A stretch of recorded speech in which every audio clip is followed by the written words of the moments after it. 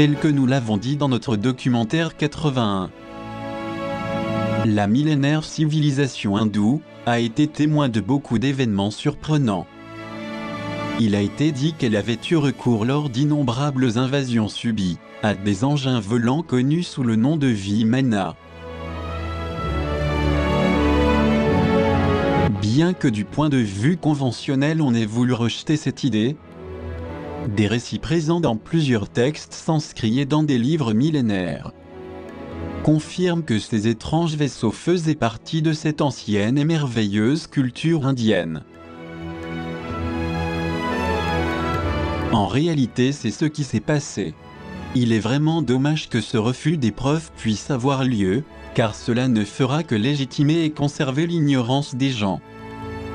Le plus grave dans tout ça, c'est que la population mondiale risque de s'éloigner de la possibilité de recevoir de nouvelles technologies énergétiques 2.0, qui sont celles utilisées par les peuples anciens lors de leurs voyages spatiaux. Il est intéressant de savoir que les Vimana étaient circulaires et coniques et avaient une sorte de dôme qui variait selon le modèle. Ils se déplaçaient dans les airs accompagnés d'un son harmonieux. Ces vaisseaux des dieux étaient extraordinairement rapides et pouvaient même visiter d'autres mondes habités dans tout l'univers.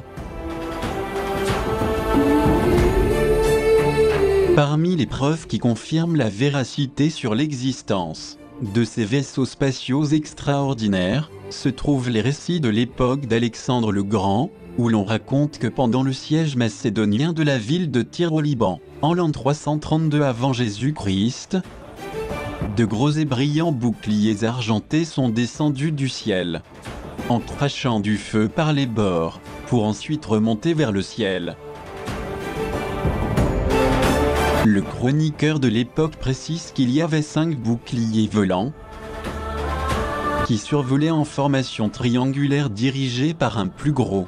Les plus petits avaient entouré la ville, tandis que des milliers de guerriers des deux camps s'étaient arrêtés pour les observer avec étonnement. Soudain, le plus grand bouclier produisit un éclair qui frappa les murs et les tours, en les pulvérisant comme s'il avait été construit avec de l'argile, laissant la route ouverte pour les troupes d'Alexandre, puis les vaisseaux mystérieux disparurent rapidement dans le ciel. Ces navires célestes ont été décrits également en l'an 329 avant Jésus-Christ. Quand Alexandre le Grand raconte lui-même qu'il traversait la rivière Jaxart en Inde lorsque 2 étranges bateaux argentés apparurent dans le ciel.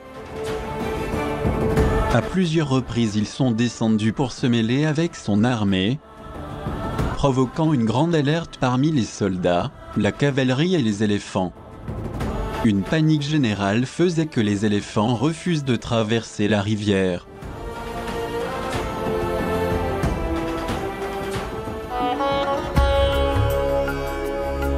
Et bien que cela se soit produit il y a plusieurs siècles, des vaisseaux ont également été observés dans des endroits spécifiques comme le Taj Mahal, ainsi que sur le mythique mont Kailash, demeure des dieux Shiva et Parvati, considéré comme le lieu le plus sacré de la Terre, où les extraterrestres sont présents depuis des millénaires.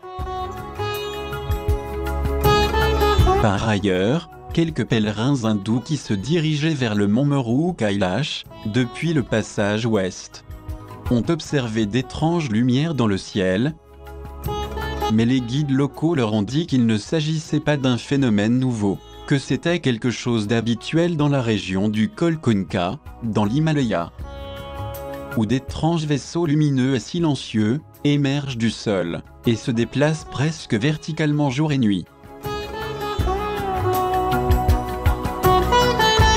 Il en va de même à propos des observations de lumière de couleur pourpre et verte au-dessus du temple de Somawati, où l'on a reporté jusqu'à 18 observations d'OVNI. En outre, on y a pu photographier plusieurs lumières clignotantes qui sont apparues à plusieurs reprises sur le stupa du temple. Ces faits ont été même considérés comme des messages divins des dieux.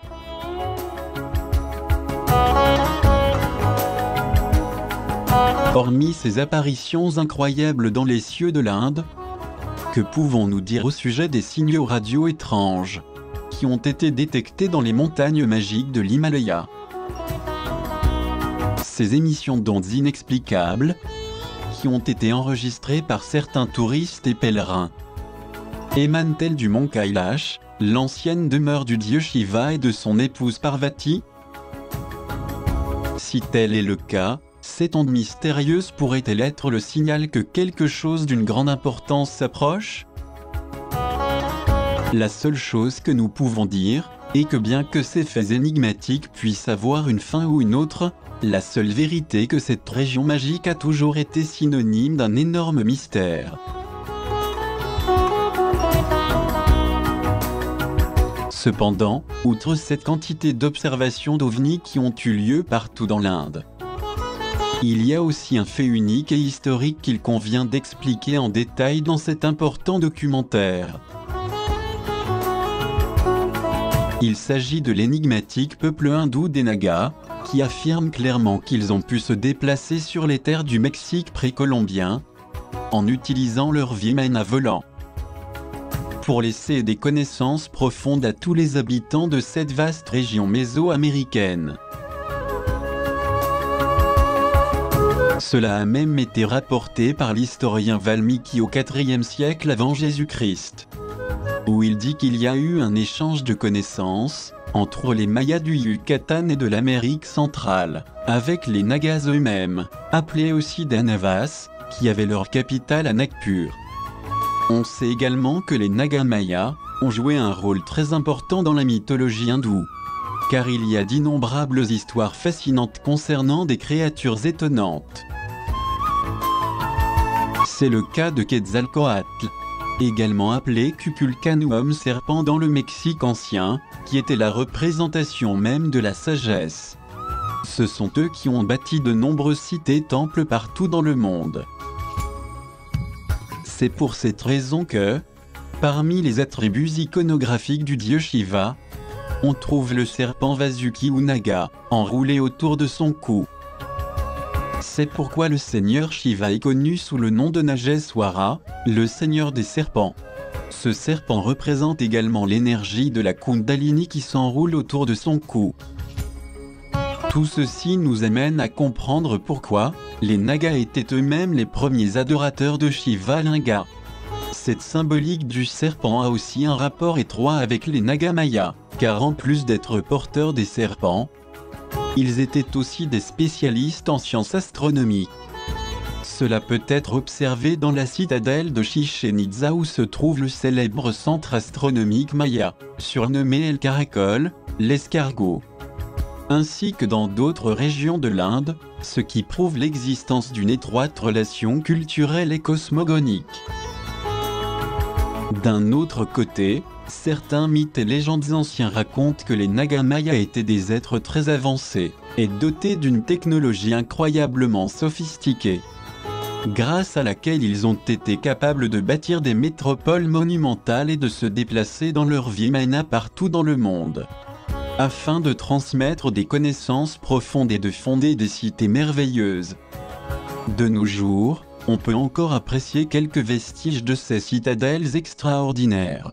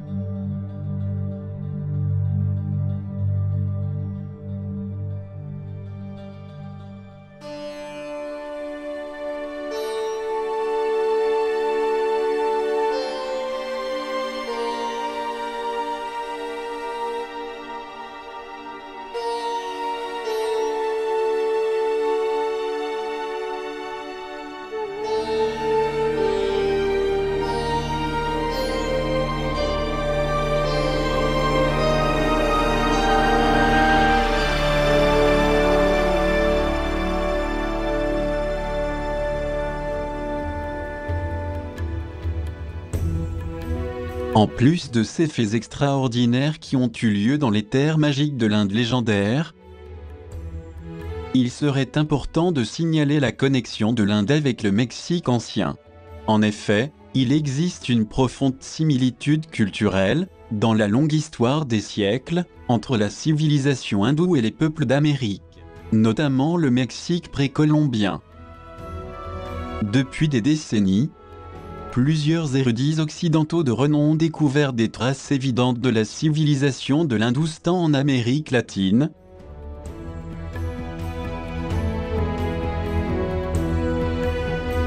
notamment dans l'architecture artistique, les calendriers, l'astronomie, ainsi que parmi de nombreux symboles religieux. Un ancien ambassadeur des États-Unis au Mexique, dans son intéressant traité des années 30, qualifiait la civilisation maya comme étant proche de celle de l'Inde, en raison des nombreuses similitudes culturelles et de la coïncidence des parallèles géographiques indiens et mayas de l'Amérique centrale. Mais ce politicien de renom n'est pas le seul à avoir remarqué cette intéressante corrélation géodésique et culturelle.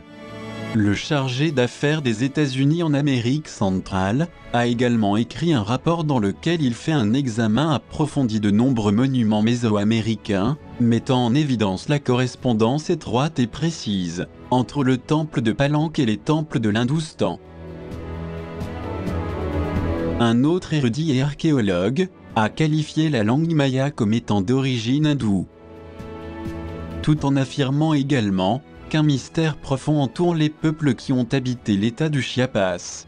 En effet, aussi bien leur écriture que leur profil anthropologique, ainsi que leurs ornements personnels et leurs techniques de construction, indiquent une origine très antique et commune.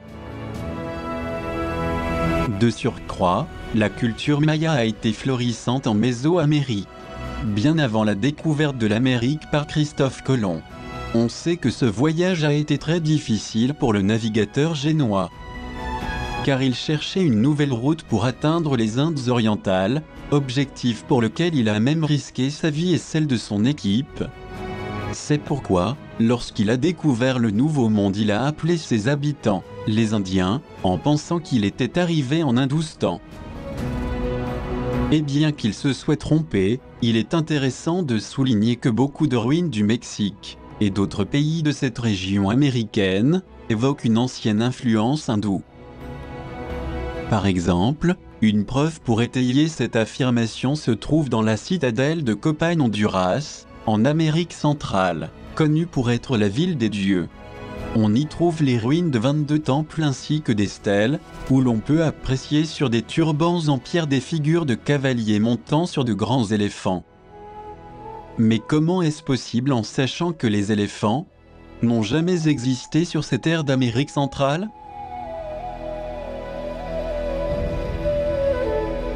On sait également que les anciennes civilisations mayas et hindoues présentent d'autres convergences très similaires. Il y a des documents hindous qui mentionnent l'existence d'un personnage très connu, nommé Asura Maya, qui avait appris tous les cycles cosmiques, afin de déterminer la durée des différentes périodes géologiques et cycliques de l'évolution humaine.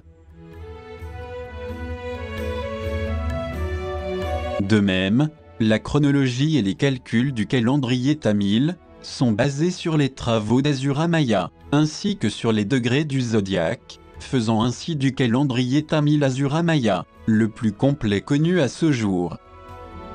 Pareillement, on dit qu'Asura Maya a appris l'art d'étudier et de méditer sur le soleil, jusqu'à ce qu'il ait acquis la connaissance secrète offerte par Surya le soleil, dans les 7 plans de conscience. Or, ces méditations et ces études approfondies ont le même esprit que celles des Mayas, connus pour leurs calculs astronomiques basés sur la position des planètes, notamment sur les cycles de la planète Vénus.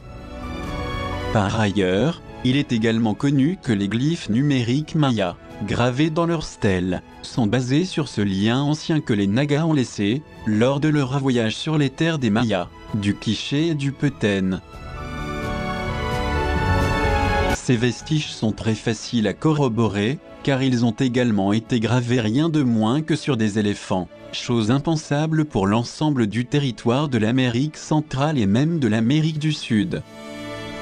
Ces faits étonnants concernant les pachydermes ont été enregistrés dans les stèles et les temples mayas. Il y a aussi des images éloquentes d'hommes barbus, indiquant ainsi qu'il y avait également une incursion de personnages qui n'ont rien à voir avec les habitants de cette grande région maya.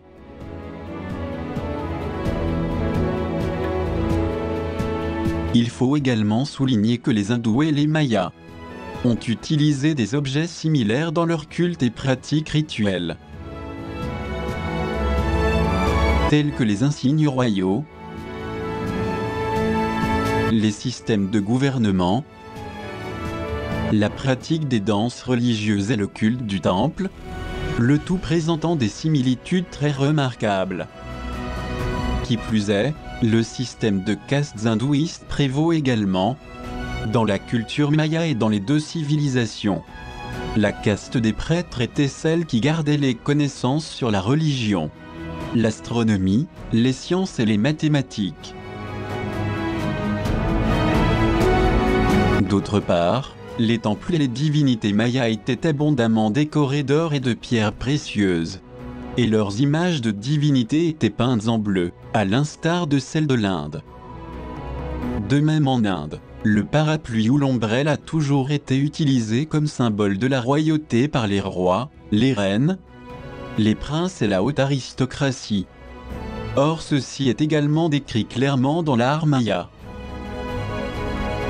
Un autre aspect commun entre les deux cultures est le fait que les femmes mayas avaient généralement la narine gauche percée pour y insérer des anneaux et des bijoux conformément à la coutume des femmes hindoues. En outre, les traditions textiles de l'Hindustan excellent dans la qualité de leurs tissus, en particulier le coton et la soie, ornés de motifs imprimés complexes, tels que les mandalas et les brodés de pierre. Cette technique est très similaire à celle utilisée dans l'art textile maya, où les tissus se caractérisent par le fait d'être tissés à la main avec de motifs indigènes pleins de fleurs et de broderies. Les deux cultures sont parvenues également à un très grand niveau dans le calcul mathématique et les opérations sur les nombres, à tel point que seules deux cultures ont réussi à développer l'abstraction du zéro, la maya et l'hindou. De plus, les mots pour les autres chiffres se ressemblent pour ce qui est de ces deux peuples antiques.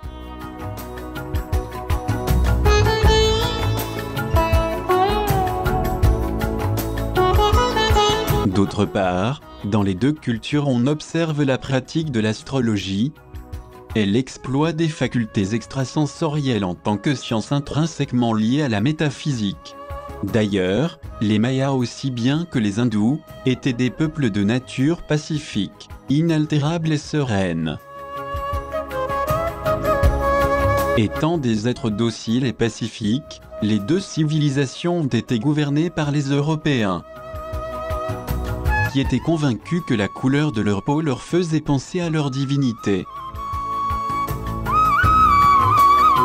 Mais en réalité, ils n'avaient rien en commun avec eux, car très tôt ils ont montré leur véritable identité semant partout la barbarie et la destruction.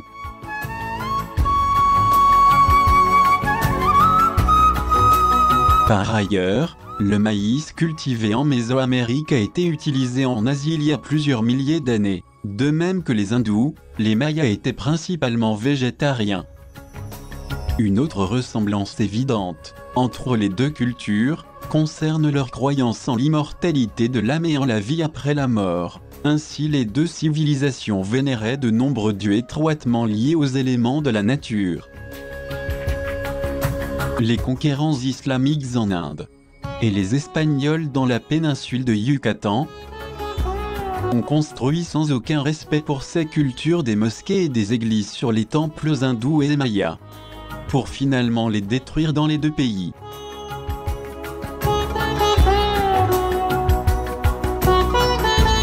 De la même manière, certains mots sont très similaires, y compris ceux des aliments. C'est le cas du mole mexicain, une sauce faite avec des épices douces et piquantes, similaire à la mola hindoue qui est le nom donné au curry dans certaines régions de l'Inde. Les deux peuples sont également bien connus pour leur goût pour les épices et le piquant. Ils ont aussi la coutume de cuisiner directement au feu. Les Mexicains font tourner les tortillas à la main. En Inde, on fait tourner le naan ou chapati, une sorte de tortilla très similaire à la mexicaine. Tout comme de nombreuses sortes de sauces qui accompagnent les repas de façon similaire, dans leur cuisine et leur gastronomie abondante.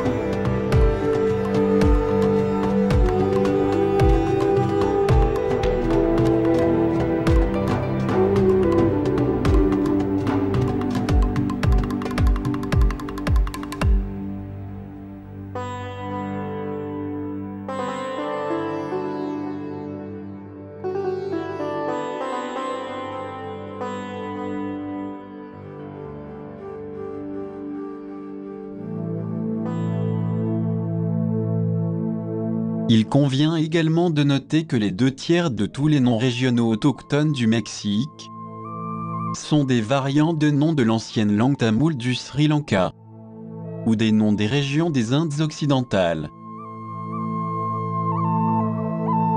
Parmi les mots similaires, figurent ceux utilisés par les Mayas pour nommer leur territoire. Sri Lanka, Xilanka, un ancien nom de Ceylan, Zelanka, Chikalanka, Xikalanka, pour Ceylan. Alors que dans la langue tamile hindoue, on dit Chikalam. C'est pareil pour la ville de Guatemala qui est nommée en sanskrit Gautamalaya.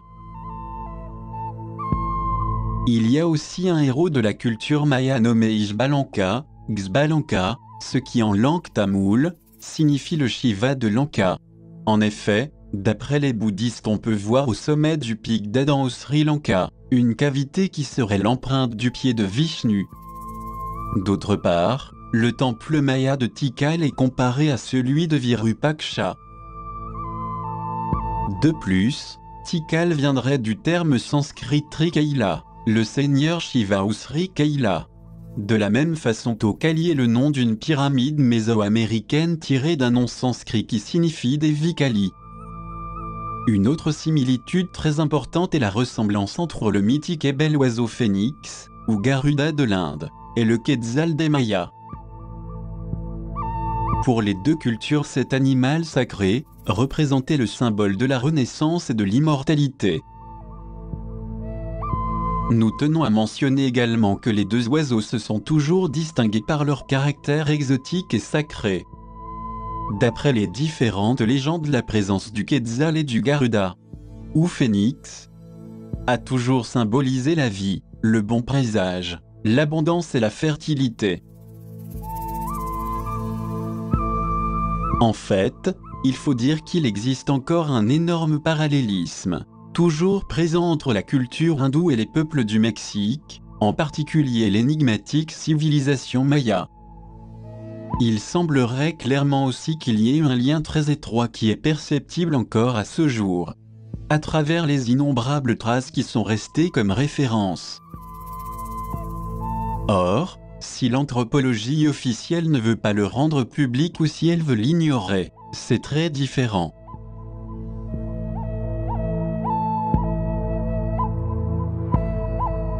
Il faut noter aussi qu'il existe un autre fait qui à ce jour n'a pas été totalement élucidé. Il s'agit de l'étrange disparition de la mystérieuse civilisation maya.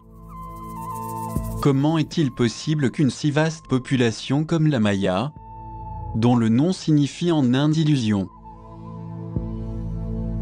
ait pu disparaître sans aucune raison apparente, abandonnant tous ces temples et villes juste avant l'arrivée des conquérants espagnols? Les Mayas savaient-ils que les hommes barbus, qu'ils avaient découverts dans les images anciennes de leurs temples, approchaient? Ont-ils préféré passer à la 4e dimension? Où se trouve le royaume d'Agartha, la demeure du roi de la terre, Melchizedek?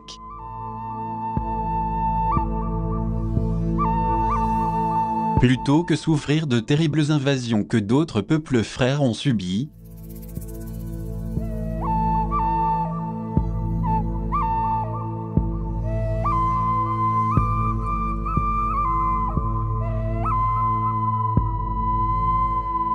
nous pensons que quelque chose de très important s'est passé.